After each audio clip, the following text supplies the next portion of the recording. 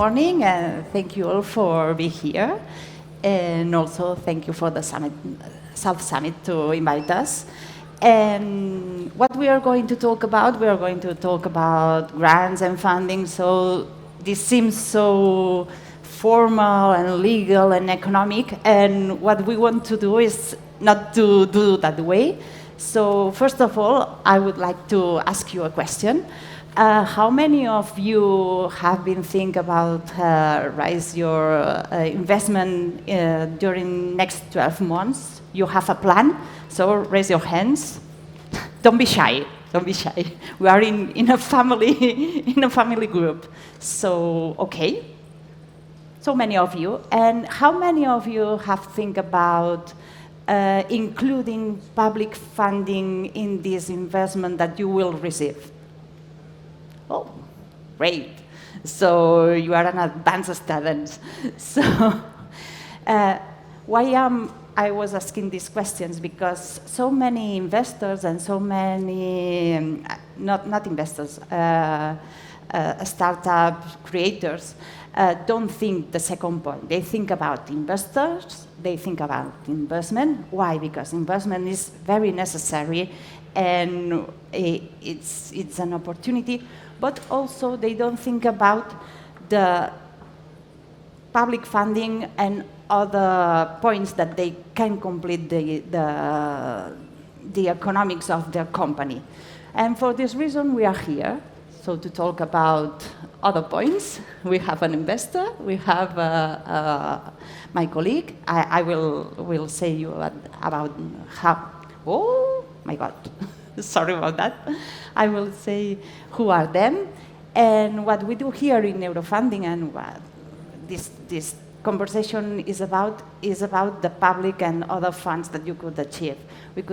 We are going to talk about R&D tax, we are going to talk grants, we are going to talk about personal bonifications, we are going to talk about other points that can complete your investment and can complete your financing your idea, your company, and to grow up your company. And so, this is my colleague. This is Carolina Aragoneses. She's a technical manager and expert in European funding, here in Eurofunding also. And also Gonzalo Tradacete, that is a founder in Faraday Ventures. Why I get this mystery? Because before we talk about churros and café con leche, so my mind has gone to churros and café con leche. So they both are going to explain you some points that we hope that will be interesting for you. The first of all, Carolina. Yeah, let's start. So, let me ask you, when we talk about European funding for startups, what type of a startup should seriously start looking at Europe? Okay, so morning everyone. I think there are a few things that are critical to understand if you're looking at European grants. One of the things is understanding what Europe is actually looking for, because Europe or European funding is not just money for any type of innovation or just for the business itself.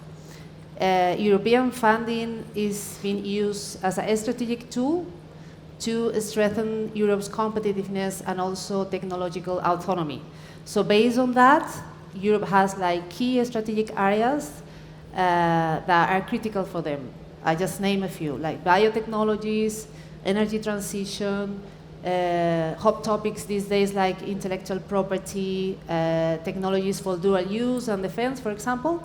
So that's the first thing that you have to have in mind. The second thing is my technology disruptive enough? Is it scalable? Because most of the funding programs at EU level, what they want to support is innovations that are highly disruptive, with a strong research and development foundation, and also, of course, a strong intellectual property. And then also, you have to have a business plan that is ambitious, so it's going to have a huge impact, both economic, social, and even environmental. and that will support and generate economic growth to the whole European member states, right? So those are the things that you should have in mind first. If you are very much aligned with those strategies, the chances of finding the right funding opportunity are stronger. And just to name a few funding programs that are available for startups and scale-ups, I think the most recognized one is the EIC Accelerator that you probably are familiar with. And this program is specifically designed for startups that have already validated their technology and are looking to develop the late stages in the process and enter into the market and scale. So you will have access to blended support with grants of up to 2.5 million euros and equity investment of up to 10 million euros that you can also support with private investment. And it's remarkable to mention that Spain is performing very strongly in this program. We are actually in the top 5 in the ranking list at EU level. So that means that Spanish companies are actually very competitive in this landscape. Yeah. Okay, great. So many founders think that they need to have a large company or a big company with all the assessments established, and we think that this is not what the accelerator or other programs are looking for. Mm-hmm. Is it correct? Exactly, yes. So you don't have to be a large company. Actually, the EIC Accelerator is for early stage companies. I think the main thing is that you have been working on a strong funding roadmap throughout the whole process, since you launched the company until you reach these stages, that you have already as well raised some private investment with the support of investors. It has to be like a small tickets. You don't have to raise 20 million euros at this stage. But that proves that you have already built some traction in the market, prove the capabilities of the team, and mature both the technology and the business in this case. Mm-hmm. So we are not looking at big companies, the other way around. Small companies with a strong technology and a good basic foundation based on the funding roadmap. Mm-hmm. Yes, because these funds, they are not just funding big companies. They fund all the process that the small companies will follow up to convert, to get into a big company. This is the stage of proof of concept, the points of technological development, to know if the market it's interested in what the company is offering. Mm-hmm. And this will become from the European funds, but also could be also financed by the national and here in Spain in the Spanish funds. Why? Because in Spain there are also other programs that could complete. Mm-hmm. And these programs are coming from CDTI, that is an organism that is here in Spain for the technological development of companies and also for innovation companies. The Neotech program, that is a program specifically made for companies from a new creation, companies that have from 6 months to 6 years of life. And this will fund not only the project, this will fund the business plan of the company, and there are other, as ENISA and other organisms that will finance. And I think that the Spanish financing and also the European financing, they are not going on parallel. So if you are a company, you have to choose, I will go to Europe or I will go to the national, to Spanish funds. Mm-hmm. I think that there could be a complementary, isn't it? Good match, yeah, exactly. So even though they are different, like you said, they play complementary roles. And in fact, the startups that make the most out of the public funding are the ones that combine both in a smart way. So what do I mean by a smart way? Basically, the scope for the national funding is different compared to the European funding. So my suggestion is that when you look at national funding, you should be supporting early stages activities. So for example, if you have to validate the technology, you need to build a team, work on the business model, raise some initial investment funds. equity, and so that will be like how the support from the national grants will be. And then the European grants comes in later. So when you have validated your technology and you are more ambitious, you want to develop more ambitious activities, maybe scale and run pilots at larger scale within Europe, that will be the time that you apply to the European grants. Because even the budget is larger, as said before, 2.5 million euros, so you really have to do a lot of things to reach that amount of budget. So it's not about choosing one over the other, it's basically to finding the right combination to use them both and help you strengthen the whole funding strategy and roadmap. Okay, I agree, I totally agree. So we have talked about grants, because when we talk about funding and public funding, we all thought about that grants, it's the only point or the only house or the only place to go. But there are other incentives, as I said at the beginning, when I was so much nervous than now. So please, I come back to you again, and please raise your hands if you have to hear about tax deductions, R&D tax deductions, or other incentives that there are not grants. So how many of you so little at the beginning? Why I'm asking that to you? Because there are other points, there are other places to go, not only grants, that is the big one because you receive money. There are other ones that, for example, R&D tax deduction here in Spain and in other countries in Europe. There is also tax deduction for R&D projects, and everyone with his rules. But what you can do with that deduction, that you will structure your project. You will not receive money because it's a point that you will have not to pay to the administration money. The money comes from another way. But this also helps companies to get smart. Why? Because they help to get structured. Because when you will identify a project for a tax deduction, you will have to think, is my project disruptive? Which points makes my project disruptive? It's a planned project. I have a plan. Is this project working? What I'm developing, will be interesting for the market, will be interesting for the technology. Which resources I'm using for this project? So I have to hire a person coming from the R&D. I have to hire a person in other points in marketing, in economic area. Could I have a patent for this project?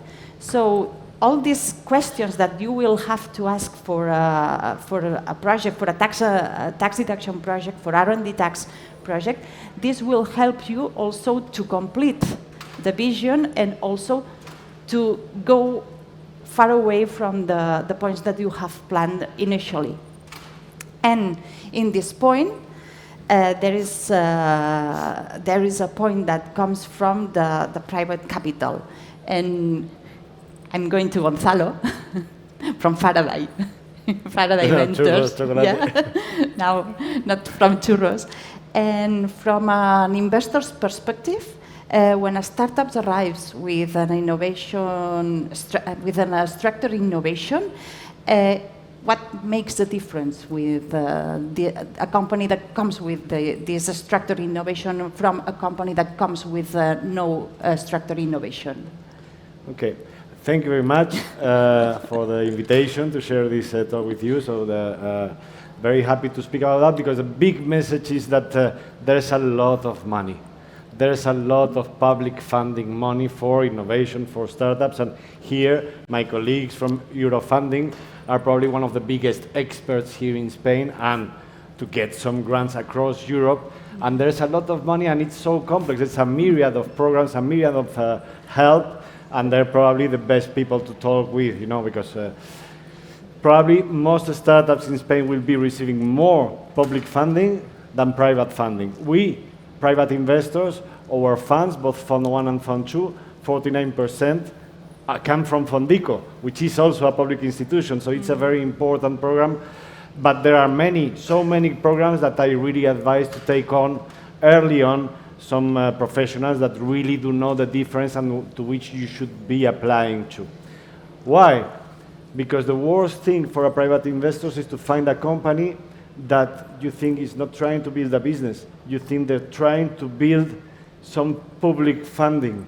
So when they've properly structured their innovation, when they properly structured this business for their market, not for the grant, but for the market, they should be able, if the innovation is deep and can have a meaningful impact in the European market, to get the proper grant. Probably it doesn't know, this company, which grant is the proper one for them. So that's why I believe this advisory into which grant, or not just grant, public financing, we do have the EIC many cap tables of our companies. Signaturid, which was one of our success stories, an exit. They got the European, it was not EIC, it was called before in some other sort, so $1.5 million. In a moment where we were investing $1.5 million, Jaime will remember, at the same time. So it helped them a lot 2 years before the exit. So for me, the big message is there's a lot of money, there's a lot of very useful money, if that's what you're building your company for, but take advice. So, as you said, it will be strategic to combine the... For many companies, yes. This For many combination companies, indeed. For most really technological and ambitious and impactful companies, very important. Yeah. Okay. Well, as you said, it's strategic. So when you have said that in the EIC participated in an operation, or before you have said that the Signaturid has in the program that was before the EIC, but now the EIC is participating in an operation. And how does this influence the investor perception of a company that It's has always been positive. participated? For example, we do have the EIC raw materials because they have their target industries and developments in Europe. EIC raw materials invested, I guess, $500,000 or a bit more in the last round of Scrap Bees, which is a portfolio company in Neuss, Germany, which is taking scrap yards and trying to recycle in the most efficient way raw materials in Germany. So you feel they are really experts in the theme. We are not, we are generalists. We understand the business and we believe they could be a big business, but they do understand the most scientific or technological parts of each of the business they get in. They are specialized in different verticals, the targets for Europe, so it helps a lot. Not only you have more trust that an expert in the field has joined your cap table, no. They're going to open doors. They know many more people than you do in their industry, in their field of expertise. And Carolina, from your point of view, when a program like the EIC, what does require that that later becomes useful when speaking with investors? Yeah. So it's actually very similar to the process that you will go through with an investor or private investor, because what you have to do when you apply to specifically the EIC Accelerator is go through a process where you have to work on your business narrative and work on key aspects like what is your value proposition, what is your target market, your key customers, what have you done to validate the market. So all those aspects that normally are included in a business plan are worked very thoroughly during the EIC application. Now, there is one key aspect that is very interesting, that is quantification, that normally what we see many times when we work with companies is that they don't really quantify how good they are. And so if you say that you are faster, you are better, you are more cost effective than competitors, for example, well, how fast you are, how effective you are, right? And it could be obvious, but when you really sit down and write your business plan and so on, you really have to benchmark those aspects against, existing solutions. And so the EIC process itself, it really helps companies to strengthen their, as I said, narrative, build a strong case, and have more, let's say, or be more confident when they approach private investors. There is also a process, or the whole process, it has different stages, and you have to go through a due diligence itself. So it's very similar to what you will encounter as well when dealing with private investors. You need to answer the typical questions in a due diligence process, and then pitch in front of a jury panel as well to defend your project. And so, in many, many, many ways, I see a lot of similarities in the process. And what most of the companies tell us, even though maybe they don't get the funds at the first attempt, the process itself is a very excellent exercise to really structure and enhance their business plan. Perfect. So we are at the last 5 minutes. So one last advice, Carolina. Okay, so I think to me the most important thing is that you don't force your project idea into a funding call, because it doesn't work that way. You really need to align your funding strategy with the funding opportunities that are available. So if you want to apply to a call, make sure that you read the requirements, see if you really fit within the requirements, and don't just look calls because there is budget available and you need cash for the company. It doesn't work that way. That's the first thing. And then the second thing is plan ahead, because normally when you apply to these European programs, it takes months, even a year, up to a year, to achieve and receive the funds. So think about in 2 years' time, how much money will I need to achieve my goals?